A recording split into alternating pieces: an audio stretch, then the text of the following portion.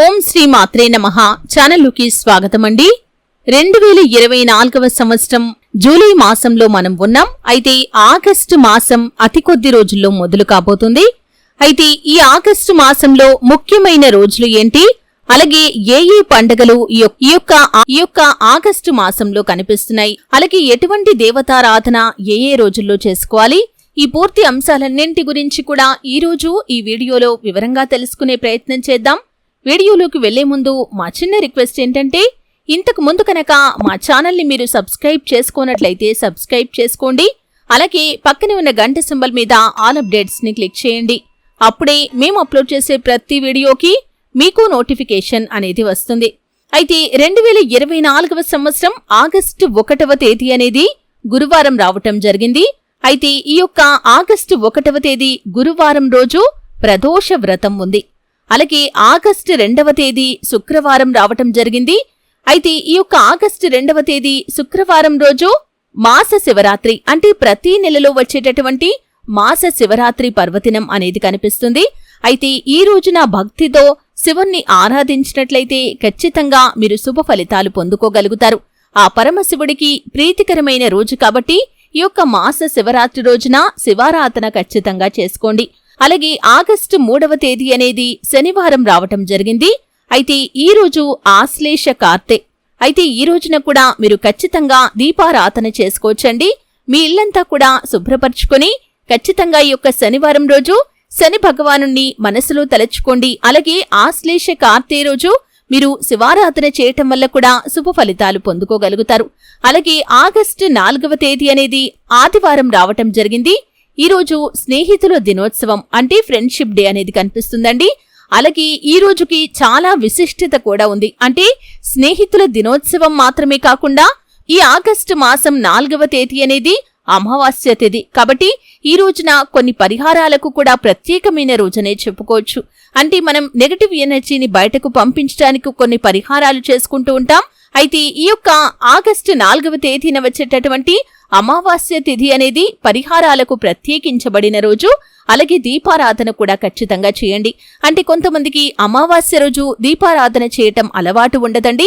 ఖచ్చితంగా ఆ రోజు దీపారాధన చేసుకోవాలి. ఎందుకంటే ఈ యొక్క అమావాస్య తిథి అనేది ప్రత్యేకించి ప్రతికూల శక్తులకి కేటాయించబడిన రోజు కాబట్టి, అంటే ప్రతికూల ప్రభావాలను చూపించేటటువంటి కార్యక్రమాలు అన్నీ కూడా ఈ రోజున జరుగుతూ ఉంటాయి.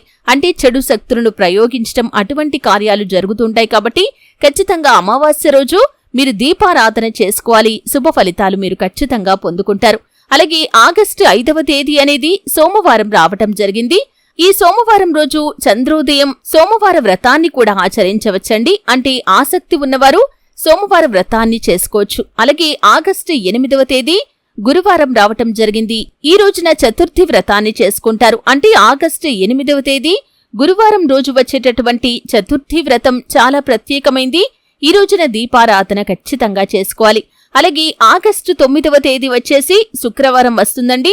గరుడ పంచమి రావటం జరిగింది. అంటే వాడుక భాషలో నాగపంచమి అని చెబుతూ ఉంటాం. ఈ రోజున ఖచ్చితంగా ఆ నాగదేవతకి పూజలు చేయాలి. అలాగే వీలైతే కనుక శివాలయానికి వెళ్లి ఆ శివ భగవానుణ్ణి దర్శించుకొని మీరు ఖచ్చితంగా ఈ యొక్క నాగపంచమి రోజు పుట్టలో పాలు పోస్తే కనుక ఆ నాగదేవత యొక్క ఆశీస్సులు మెండుగా మీకు ఉంటాయి. అలాగే ఆగస్టు 10వ తేదీ వచ్చేసి శనివారం రావటం జరిగింది. ఈ రోజు కల్కి జయంతి, అలాగే స్కంద షష్ఠి కూడా ఉంది. కాబట్టి ఈ రోజుకు చాలా విశిష్టత అనేది కనిపిస్తుంది. మీ ఇంట్లో ప్రత్యేకంగా దీపారాధన చేయాల్సి ఉంటుంది. ఈ యొక్క కల్కి జయంతి లేకపోతే స్కంద షష్ఠి రోజు మీరు దీపారాధన చేసుకుంటే కనుక మీ జీవితంలో ప్రత్యేకమైన శుభ ఫలితాలు మీరు పొందుకుంటారు. అలాగే ఆగస్టు 11వ తేదీ ఆదివారం రావటం జరిగింది. ఈ రోజున తులసీదాస్ జయంతి ప్రత్యేకించబడిన రోజు. కొంతమంది దీనికి సంబంధించి ఉత్సవాలు కూడా జరుపుకుంటూ ఉంటారు. అలాగే ఆగస్టు 13వ తేదీ మంగళవారం రావటం జరిగిందండి. ఈ రోజు దుర్గాష్టమి వ్రతాన్ని చేసుకుంటారు. ఈ యొక్క దుర్గాష్టమి వ్రతాన్ని ఆచరించే భక్తులు భక్తి శ్రద్ధలతో దీపారాధన చేసుకుంటారు. అలాగే ఆ దుర్గామాతను ఆరాధిస్తారు. వారి జీవితంలో వారికి ఉన్నటువంటి బాధలు కష్టాలు అన్నీ కూడా తొలగిపోవటానికి వ్రతాన్ని కూడా చేసుకుంటారు.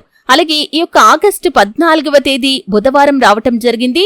అయితే ఈ రోజుకు ఇంకా చాలా ప్రత్యేకత ఉందని చెప్పుకోవాలి. ఎందుకంటే తిరుమల శ్రీవారి పవిత్రోత్సవం ప్రారంభమవుతుంది. ఈ రోజున మీరు ఇంట్లో కూడా దీపారాధన చేసుకోవాలి. ఆ వెంకటేశ్వర స్వామికి భక్తి శ్రద్ధలతో ఆరాధన చేయండి. శుభ ఫలితాలు మీరు పొందుకుంటారు. ఈ రోజున ఖచ్చితంగా ఇల్లంతా శుభ్రపరుచుకుని దీపారాధన చేసుకుంటే ఆ శ్రీనివాసుడి యొక్క ఆశీస్సులు మెండుగా మీకు లభిస్తాయి. అలాగే ఆగస్టు 15వ తేదీ గురువారం రావటం జరిగిందండి. ఈ రోజు ప్రత్యేకంగా చెప్పాల్సిన అవసరం లేదు. ఆగస్టు 15వ తేదీ భారత స్వాతంత్ర దినోత్సవం అంటే ఇండిపెండెన్స్ డే. ఈ యొక్క ఉత్సవాన్ని ప్రతి ఒక్క భారతీయుడు కూడా చాలా ఆనందంగా జరుపుకుంటారు. అంటే మనం బ్రిటిష్ పాలన నుండి విముక్తి పొందినటువంటి రోజు కాబట్టి ఈ రోజు స్వాతంత్ర దినోత్సవాన్ని భక్తి శ్రద్ధలతో జరుపుకుంటారు. అలాగే ఆగస్టు 16వ తేదీ వచ్చేసి శుక్రవారం అండి. శ్రావణ పుత్రద ఏకాదశి, అలాగే వరలక్ష్మి వ్రతం కూడా, అలాగే సింహ సంక్రమణం కూడా కనిపిస్తుంది. ఈ యొక్క రోజుకి చాలా విశిష్టత అనేది కనిపిస్తుంది. అంటే వరలక్ష్మి వ్రతాన్ని చేసుకోదలిచినటువంటి స్త్రీలు ఎవరైతే ఉన్నారో ఈ యొక్క పుత్రత ఏకాదశి రోజు వరలక్ష్మి వ్రతం ప్రారంభమయ్యే రోజు ఈ యొక్క శుక్రవారం రోజు ఆ వరలక్ష్మీ దేవిని భక్తి శ్రద్ధలతో ఆరాధిస్తారు, వ్రతాన్ని చేసుకుంటారు. అలాగే ముత్తైదువులను పిలిచి వాయనం కూడా ఇస్తూ ఉంటారు. ఈ యొక్క ఆచారాన్ని పాటించి ఈ విధంగా చేయటం వల్ల శుభ ఫలితాలైతే ఖచ్చితంగా ఆ భక్తులు పొందుకుంటారు. అలాగే ఆగస్టు 17వ తేదీ వచ్చేసి శనివారం అండి.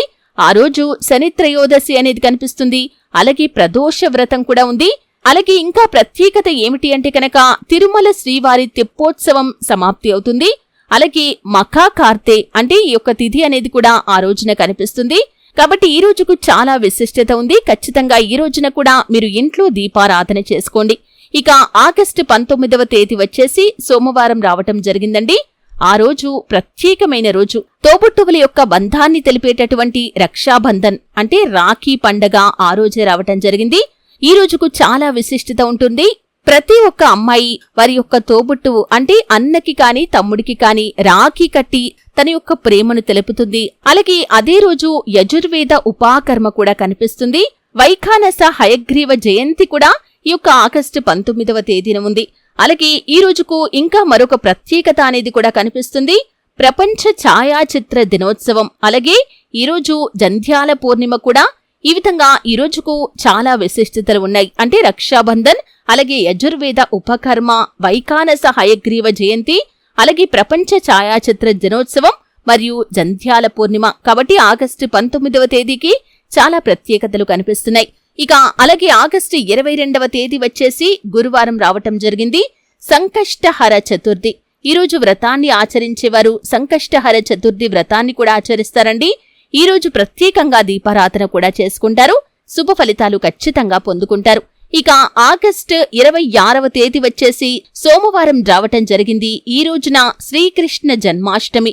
కాబట్టి ప్రతి ఒక్కరు కూడా భక్తి శ్రద్ధలతో ఆ శ్రీకృష్ణుణ్ణి ఆరాధిస్తారు. శ్రీకృష్ణుడు జన్మించినటువంటి రోజు కాబట్టి ఈ రోజు ప్రత్యేకంగా శ్రీకృష్ణుణ్ణి అలంకరించుకొని భక్తి శ్రద్ధలతో ఇంట్లో పూజలు కూడా చేసుకుంటారు. ఇంట్లోని చిన్న పిల్లలు ఎవరైతే ఉన్నారో వారిని శ్రీకృష్ణుడిగా అలంకరించడం కూడా చేస్తూ ఉంటారు. దీనిపై ప్రత్యేకంగా తల్లిదండ్రులు చాలా శ్రద్ధను కూడా కనబరుస్తూ ఉంటారు. ఇక ఆగస్టు 29వ తేదీ వచ్చేసి గురువారం రావటం జరిగిందండి. ఈ రోజు అజ ఏకాదశి. ఈ రోజుకు కూడా చాలా ప్రత్యేకత అనేది కనిపిస్తుంది. ఈ రోజున భక్తి శ్రద్ధలతో ఆ భగవంతుడికి దీపారాధన ఖచ్చితంగా చేసుకోవాలి. లక్ష్మీదేవిని కూడా ఆరాధించాలి. ఇక ఆగస్టు 31వ తేదీ వచ్చేసి శనివారం. ఈ రోజు శని త్రయోదశి ఉంది. అలాగే ప్రదోష వ్రతం కూడా ఉంది. కాబట్టి ఈ రోజుకు కూడా చాలా విశిష్టత అనేది కనిపిస్తుంది. ఈ యొక్క శని త్రయోదశి రోజు ఆ శని భగవానుణ్ణి భక్తి శ్రద్ధలతో ఆరాధించాలి. వీలైతే మీకు దగ్గరలోని ఆలయానికి వెళ్లి శని భగవానుడికి నెయ్యితో దీపాన్ని వెలిగించండి. శుభ ఫలితాలు మీరు పొందుకుంటారు. ఈ విధంగా ఆగస్టు మాసంలో చాలా ప్రత్యేకమైన రోజులు, చాలా పండగలు అనేవి కనిపిస్తున్నాయి. ఆగస్టు మాసం మొత్తం కూడా ప్రత్యేకించబడిన రోజు. అలాగే వరలక్ష్మీ వ్రతం మొదలయ్యే రోజు కూడా ఆగస్టు మాసంలోనే వస్తుంది.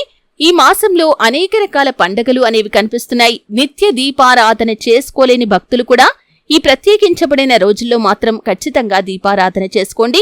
అంటే ప్రతి పండగకి పర్వదినానికి మనం భగవంతుణ్ణి ఆరాధించినట్లయితే తన యొక్క ఆశీస్సులు ఎల్లవేళలా మీకు తోడుగా ఉంటాయి.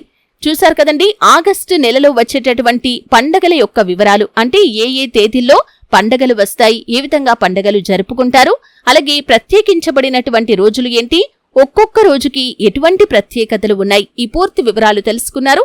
వీడియో నచ్చితే ఖచ్చితంగా లైక్ చేయండి. మరిన్ని మంచి మంచి వీడియోల కోసం ఇప్పుడే మా ఛానల్ని సబ్స్క్రైబ్